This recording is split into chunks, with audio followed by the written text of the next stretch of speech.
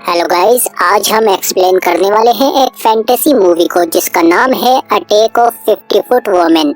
Movie की शुरुआत में हम नैन्सी को देखते हैं जो अपने निकम्मे पति को ढूंढ रही है। नैन्सी शादी के बाद खुश नहीं है, इसीलिए वो साइकाइट्रिस्ट के पास आती है। यहाँ वो बताती है कि उसकी शादी हैरी से हो चुकी है जो उसके पिता की कंपनी में काम करता था और उसे सिर्फ नैन्सी के पैसों से मतलब है। वो उसके घर पर आकर आवाज लगाती है पर वो बाहर नहीं आता। नैन्सी वहाँ से चली जाती है। हैरी का अफेयर हनी पार्कर से चल रहा है। इधर नैन्सी गुस्से में ड्राइविंग कर रही होती है पर तभी उसे कुछ दिखाई देता है और वो एक यूएफओ होती है। नैन्सी गाड़ी स्टार्ट करने की कोशिश करती है पर गाड़ी स्टार्ट नहीं होती। तभी यूएफओ से एक लेजर निकलकर नैन्सी पर पड़ती है। इसके बाद गाड़ी स्टार्ट हो जाती है और नैन्सी वहाँ से भाग जाती है और वापस हैरी के पास आती है और हैरी को बुलाने लगती है। तभी वहाँ पुलिस भी आ जाती है। नैन्सी बताती है कि मैंने एक एलियन यूएफओ देखी है और उसने मुझ पर लेजर डाली पर कोई उसकी बात पर यकीन नहीं करता। शेरिफ उस जगह को देखने के लिए नैन्सी को अपने साथ ले जाते हैं और एक पुलिस ऑफिसर हैरी को बताती है कि आपकी वाइफ ने यूएफओ देखी है। हैरी को इसमें अपना फायदा दिखता है और वो कहता है कि इससे मुझे पैसे मिल सकते हैं।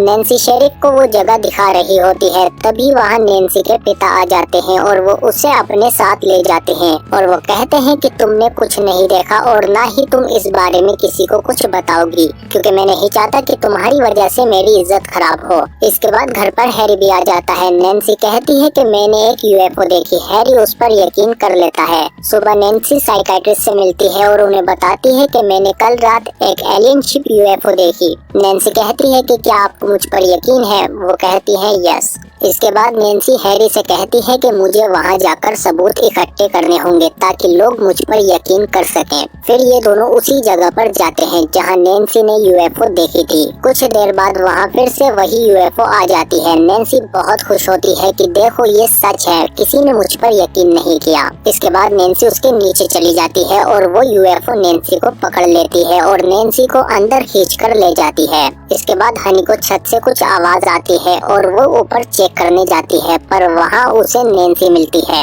वो कहती है कि तुम यहाँ कैसे आई? नैन्सी आसमान की तरफ इशारा करती है और नीचे गिर जाती है। साइकाइट्रिस्ट कहती है कि वो ठीक है, बस उसे आराम की जरूरत है। नैन्सी के पिता नहीं चाहते कि ये बात बाहर आए। इस पर हैरी उनसे लड़ने लगता है। तभी वहाँ नैन्सी आ जाती है। हैरी उसकी माँ के बारे में कमेंट करता है और ये दोनों लड़ने लगते हैं। तभी नैन्सी को बहुत ज्यादा गुस्सा आ जाता है और वो देखती है कि उसका साइज बढ़ने लगा है और वो लगातार बढ़ती जाती है और बढ़ते बढ़ते छत में घुस जाती है। सुबह हैरी एक और डॉक्टर को लाता है नैन्सी को दिखाने के लिए और नैन्सी को देखकर वो डॉक्टर भी हैरान हो जाता है। साइकाइट्रिस्ट कहती है कि ये नॉर्मल इंसान जैसी ही है। डॉक्टर नैन्सी को साथ ले जाने को बोलता है पर नैन्सी मना कर देती है। रात में नैन्सी एक स्विमिंग पूल में बैठी होती है और वहाँ हैरी भी आ जाता है। नैन्सी कहती है कि मेरा दिल बहुत तेजी से धड़क रहा है पर मुझे ये सब बहुत अच्छा लग रहा है। हैरी कहता है गुड नाइट नैन्सी, जिस पर उसे गुस्सा आ जाता है। इसके बाद सुबह साइकाइट्रिस्ट नैन्सी से मिलने आती है पर तभी वहाँ हैरी का डॉक्टर भी बड़ा सा इंजेक्शन ले आता है और कहता है कि इसमें थोड़ी सी नींद की दवाई है जिससे तुम्हें अच्छा महसूस होगा। मेरे पास तुम्हारे पति और पिता की परमिशन है। तभी नैन्सी कहती है कि मेरी परमिशन का क्या, और वो इंजेक्शन ले लेती है और कहती है कि इसकी तुम्हें ज्यादा जरूरत है पर साइकाइट्रिस्ट उसे रोक देती है। फिर नैन्सी वहाँ से चली जाती है। इसके बाद रात में हैरी डिनर के लिए आता है और वो दोनों डिनर करने लगते हैं। नैन्सी कहती है कि ये बहुत रोमांटिक है, तुम्हें याद है हमने लास्ट डिनर कब किया था? नैन्सी कहती है कि जब से मेरे साथ ये सब हुआ है हम काफी करीब आ गए हैं, हमें बात करनी चाहिए। तुमने कभी गलिवर्स ट्रेवल के बारे में सुना है? मुझे इस वक्त वैसा ही महसूस हो रहा है और मेरे चारों तरफ सब खिलौने लग रहे हैं। अब हम साथ रहेंगे, बहुत मजा आएगा। गलिवर के लेवल का प्यार इमेजिन करो। हैरी कहता है कि तुम पागल हो क्या, तुम बीमार हो, अननेचुरल हो। इस पर नैन्सी को गुस्सा आ जाता है और वो ट्रक को उठाकर फेंक देती है। हैरी कहता है कि तुम एक बड़ा सा मजाक हो। नैन्सी कहती है कीड़े मैं तुझे मसल कर रख दूंगी, पर अचानक वो बेहोश होने लगती है और बेहोश होकर गिर जाती है और हैरी नैन्सी को छोड़कर हनी के पास आ जाता है। इधर नैन्सी के पिता भी अपने प्रोजेक्ट में बिजी होते हैं। इन दोनों को उसकी कोई परवाह नहीं है। कुछ देर बाद नैन्सी को होश आ जाता है और वो हैरी को ढूंढते हुए शहर में आ जाती है और पूछती है कि मेरा हस्बैंड कहाँ है। ये लोग उसे शांत करने की कोशिश करते हैं पर नैन्सी अब और बर्दाश्त नहीं कर सकती और वो हैरी को ढूंढने लगती है, पर लोग उसे देखकर डरने लगते हैं। नैन्सी घर घर में हैरी को ढूंढती है। नैन्सी के पिता को भी पता चल जाता है कि वो शहर में आ गई है और नैन्सी हैरी को ढूंढते हुए उसके करीब आने लगती है और उसे वो मिल जाता है। हनी उसके ऊपर गन पॉइंट करती है पर नैन्सी उसे खिलौने की तरह ट्रीट करती है और इसी बीच हैरी भागने की कोशिश करता है पर नैन्सी उसे कार समेत उठा लेती है और उसे बाहर निकाल लेती है। पर तभी वहाँ सिक्योरिटी गार्ड हेलीकॉप्टर लेकर आ जाते हैं और नैन्सी वहाँ से भागने लगती है।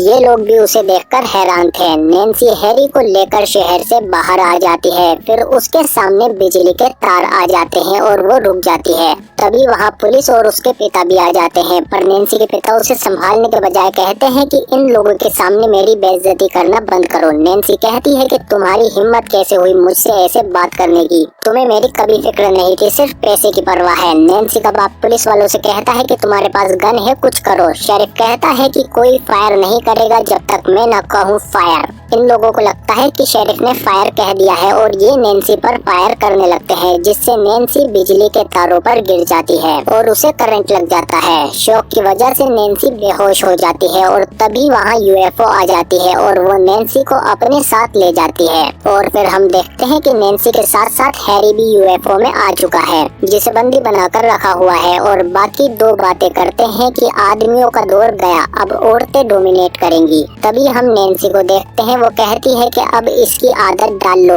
नैन्सी कहती है कि न सिर्फ मैं चेंज हुई हूँ बल्कि पूरा यूनिवर्स बदल रहा है, ये नया यूनिवर्स है। उम्मीद है कि तुम समझ गए हो, वरना बार बार कोशिश करते रहो।